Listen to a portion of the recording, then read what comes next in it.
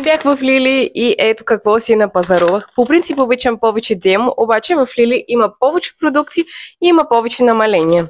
И като отидох, видях, че ето това олио почистващо, мисля, че за грим такива неща става, за почистване, намалено и също беше последна бройка в Лили, така че просто го взех и също по принцип мицеларната ми вода свършва, така че ми трябва някакъв почистващ продукт.